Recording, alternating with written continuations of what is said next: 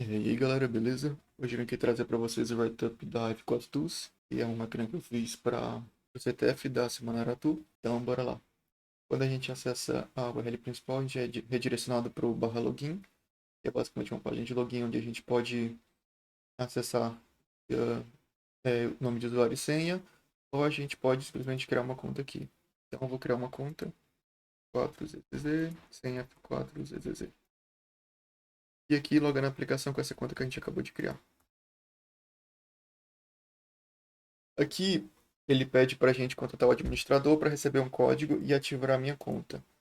Só que a gente já recebeu o nosso cookie de sessão. O que a gente pode fazer? A gente pode usar esse cookie de sessão como parâmetro para fazer um brute force diretórios e ter acesso aos outros diretórios, né, dessa aplicação. Então, usar o bubble de menos um vai ser uma relevação na sua root. Na porta 5000. O root vou passar o diretório da checklist. Tá.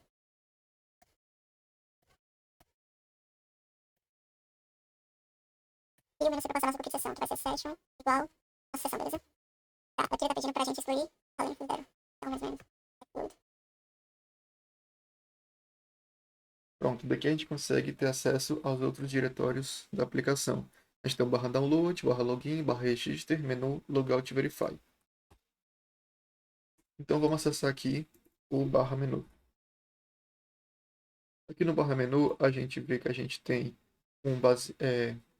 a tool que a gente vai explorar, né? A máquina F4 Tools. A gente vai explorar esse base 64 decoder. E a gente vai ter ele na versão desktop e na versão web, beleza? Só que quando a gente tenta acessar qualquer um dos dois, ele diz que esse recurso é apenas para usuários premium, beleza? E como é que a gente sabe se a gente é premium ou não? A gente vai vir aqui no nosso cookie.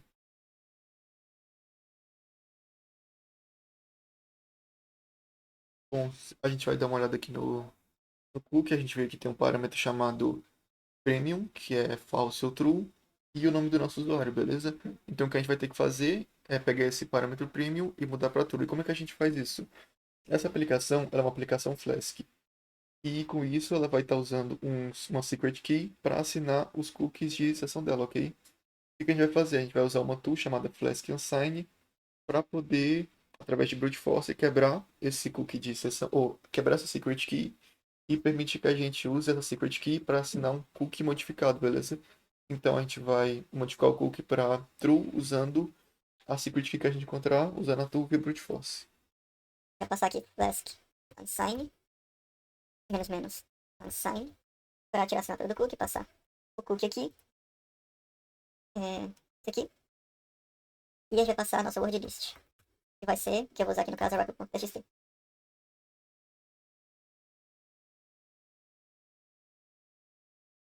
Tá, deu um erro aqui. Aqui, ó. Ele tá pedindo pra gente usar esse argumento aqui. Vamos ver se vai agora. Tá, agora foi. Ele tá brutando aqui, ele achou a secret key, que é my password. O que a gente vai fazer agora? A gente vai usar essa secret key para poder criar um novo cookie e assinar ele. Então a gente vai usar a mesma tool. Flask unsign. Vai passar agora, em vez de unsign, a gente vai passar sign, que é para poder assinar um cookie. Menos menos cookie. E aqui a gente vai passar. Calma. Aqui, ó. E agora a gente vai mudar o parâmetro de false para true. Deixa eu trocar essas aspas aqui para não dar problema. Tá, e agora a gente vai ter que passar como parâmetro também o secret. Que é. Onde é que tá mesmo?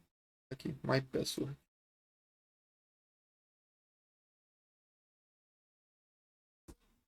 Aqui a gente já tem acesso ao nosso novo cookie de sessão, onde o parâmetro premium está como true. A gente pegar e trocar aqui o cookie de sessão por esse novo. Quando a gente der refresh na página, tentar acessar tanto os dois, agora a gente vai conseguir, beleza? Legal. E agora o que a gente vai fazer? A gente vai acessar o Pass64 Decoder na versão desktop. Vou salvar ele aqui. Vou mover ele para cá. Tá em downloads. Decoder.zip, mover para cá. Vou dar um zip nesse decoder. Escrevi errado.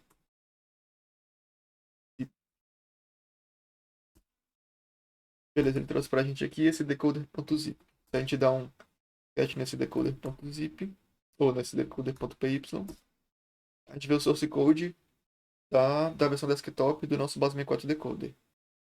Vou primeiro dar uma olhadinha aqui agora na versão desktop ou na versão web. Vamos pegar qualquer base 64 aqui só de exemplo. Teste, vou dar um encode e vou usar a aplicação para fazer o decode, beleza? Então aqui nesse decode que ele recebe o nosso input. Então vamos olhar como é que a gente pode explorar isso lendo o source code da versão desktop, beleza? Aqui, ó.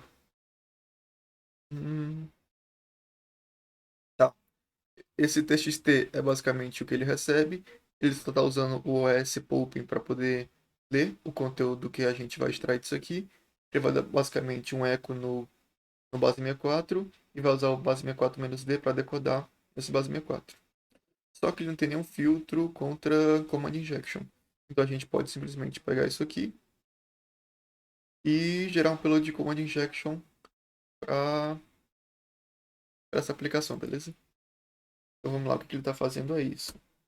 A gente pode simplesmente dar eco nesse base 64 aqui.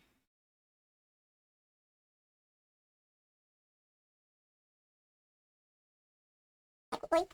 ID. Eco. E o novo. E a base 64 no caso. A gente vai pegar isso aqui e vai inserir lá agora para ver se funciona. E funcionou. A gente consegue executar comandos lá dentro agora. E a gente vai usar isso aqui para poder conseguir uma shell, beleza? Então vamos lá. Netcat menos lnvp, a porta é 4444.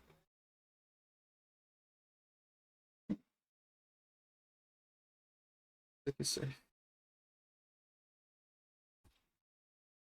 Trocar o comando id pelo nosso comando aqui para pegar a nossa reverse. E tá aqui. Consegui uma shell lá dentro, beleza? Então vamos dar só um with Python para saber se tem Python. A gente não tem um comando with, beleza? Então, como aplicação Flask, com certeza vai ter Python. Então usar isso aqui para falar uma shell TY. Python menos C.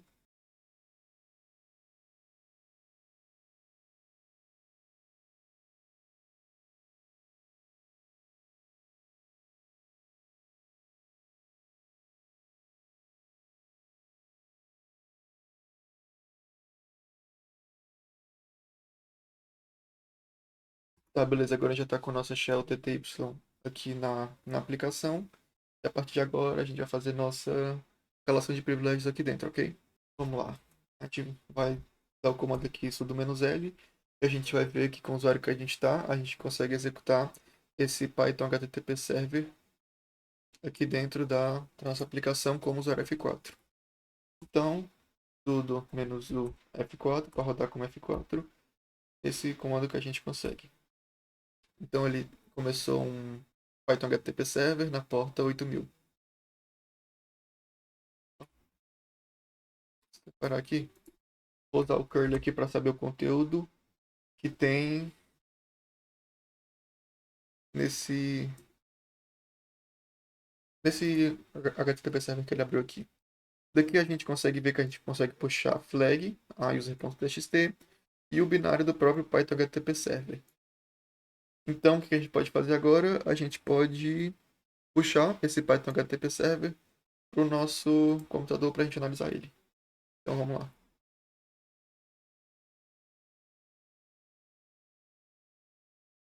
Então, wget aqui. Beleza, a gente está com um binário aqui Python HTTP Server. É um ELF 64 bits, executável, beleza. Arquitetura x8664. E se a gente der um strings nele, o que a gente vai ver? A gente vai ver que... Só um segundo. Aqui. Ó, aqui ele está dizendo, ele dá para string start, a Python HTTP Server. ele passa o diretório, né? Home F4, onde está o binário. E aqui é onde ele chama o negócio para poder startar o HTTP Server, né? Ele passa o comando Python "-m HTTP Server". Só o que acontece? Ele está passando só o nome Python, ele não está passando o caminho completo do Python. Então aqui é um cenário claro de path hijacking, né? E é isso que a gente vai fazer. A gente vai entrar aqui em tmp e vai criar um arquivo chamado Python. Então vamos lá, nano Python. Bin barra bash. E ele vai chamar barra bin barra bash. Salvar, dar um chmod mais x para ele ser executável. Beleza, o que a gente vai fazer agora? A gente vai dar um export no path. Vou dar um echo no path para vocês verem aqui o antes e depois. Echo path. Export path igual barra tmp, que é o diretório onde a gente criou o nosso arquivo Python, que vai chamar o barra bin barra bash. E aqui o resto do nosso path. Por que eu estou fazendo isso? O path ele serve basicamente para isso, né? Quando a gente chamar só o Python sem passar o caminho completo dele, ele vai seguir esses caminhos aqui procurando pelo Python. Ou seja, ele vai procurar primeiro nesse caminho, depois nesse, depois nesse, depois nesse, até encontrar o Python, beleza? E se a gente colocar o barra tmp na frente de tudo, o primeiro lugar onde ele vai procurar o Python para executar vai ser no diretório barra tmp. E quando ele encontrar o Python, ele vai executar. Só que o arquivo Python que a gente colocou no barra tmp, e como a gente vai executar ele como usuário F4, a gente vai chamar o barra bin barra bash como usuário F4 e assim pegar uma shell como usuário F4. Pronto. Eu tinha deixado espaço aqui. Pronto. Sim, agora deixa eu dar um eco no path de novo para vocês verem como é que ele tá. Agora tá com barra tmp na frente. E agora quando a gente executar esse comando aqui, ó, sudo -u F4 e o caminho do binário, ele vai executar aquele arquivo como usuário F4. E agora a gente tem uma shell como usuário F4, beleza? Bom, agora a parte final, que é a escala de F4 para root. Para isso, a gente vai usar um binário com sua ID. E para listar os binários com permissão de sua ID, a gente vai usar esse comando aqui. Find barra, que é para encontrar a partir da raiz do sistema, os arquivos com permissão 4000. Esse 4 é o sua ID, né? E 2 barra dev barra null, que é para redirecionar o 2, que é o std, para dev null, e não jogar um bocado de lixo na nossa tela. Aqui a gente vê que tem um binário chamado backup. A gente tem que ver quem é o dono desse arquivo backup, né? E é o root, ou seja, toda vez que a gente executar esse arquivo, como ele tem sua ID e o dono do arquivo é o root, a gente vai executar esse binário como usuário root, beleza? E o que ele faz? Vamos dar uma olhada aqui. Ele só basicamente está dando sistema backup, fazendo o backup do sistema, backup concluído. Então a gente vai fazer a mesma coisa que a gente fez na última vez, beleza? A gente vai passar esse arquivo backup para o nosso computador.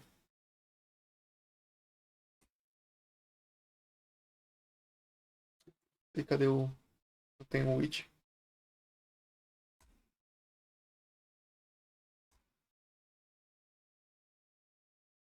Opa, 2 barra neve barra null.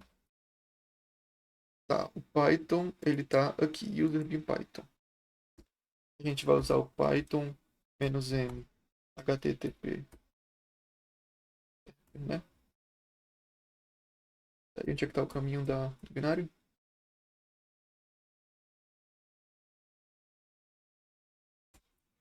O nome do arquivo é backup. Então wget agora no backup. E vou dar um strings nesse arquivo backup. E o que a gente tem aqui são as strings do binário. Só que a gente vai usar isso para explorar a vulnerabilidade e conseguir achar como root. A gente vai usar uma tool chamada Strace, que serve, né, para poder debugar esses binários, beleza? Então vamos lá. Galera, tinha dado um erro, mas eu descobri qual é o problema. Era provavelmente permissão. Eu não fiz o básico, que era dar mod mais x no binário, beleza? mas agora vai dar certo. Foi mal. Então, como eu falei, a gente vai usar agora o strace nesse binário, beleza? No backup. E analisando isso aqui, a gente consegue ver que ele está fazendo uma syscall, né? Aqui, ó, OpenNet, ele está fazendo uma syscall para esse arquivo aqui, ó, backup.so, que está no diretório /backup. Então vamos dar uma olhada aqui nesse arquivo. Ok, entrando no diretório .backup, a gente vê que a gente é o dono do arquivo backup.so. E, ou seja, a gente tem permissão de, né, ler e escrever nesse diretório aqui. Ele está com permissão 777, né? Ou seja, todo mundo pode ler e escrever, fazer o que quiser aqui nesse diretório. E como o binário backup, ele está fazendo uma syscall para esse shared object aqui chamado backup, o que a gente pode fazer? A gente pode simplesmente apagar esse aqui e criar um .so malicioso para quando ele fizer uma syscall como root, ele chamar o /bin /bash, por exemplo, e a gente conseguir uma shell como root. Então, bora lá.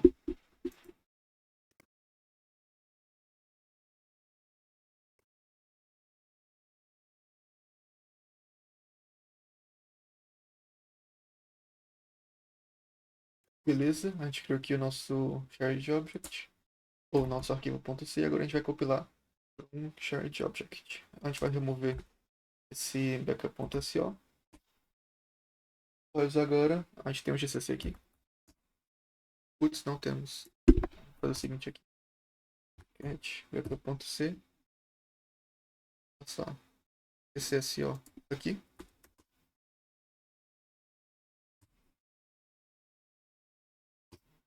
A gente vai usar o GCC para compilar aqui no nosso próprio computador. E depois a gente passa lá para a máquina, beleza? Então, ó, GCC é mais ou menos shared. Vai ser um objeto compartilhado, né? Um shared object. Menos, ó, backup.so. É, menos e o nosso arquivo backup.c. Beleza? A gente já está aqui com aqui backup.so. E agora a gente só tem que baixar aqui. A gente tem o curl aqui. wget. Não, mas tem o curl.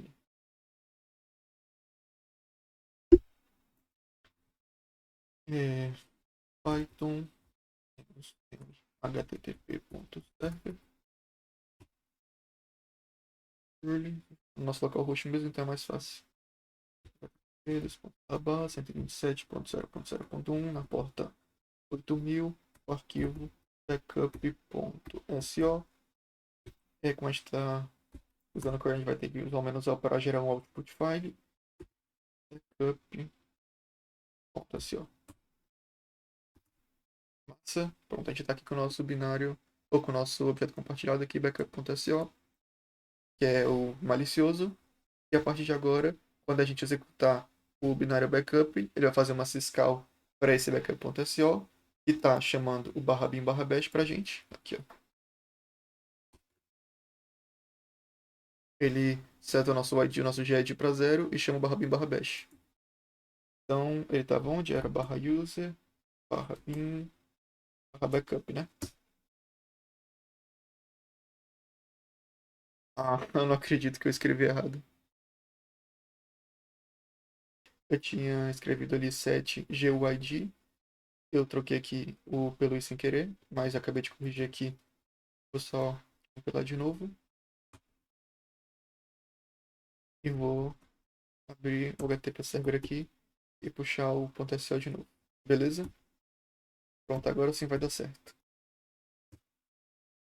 Aqui já está com a nossa shell de root.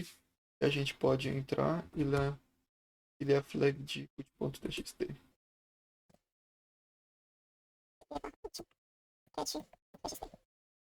Então, era basicamente isso. Espero que vocês tenham gostado. E até o próximo vídeo. Valeu.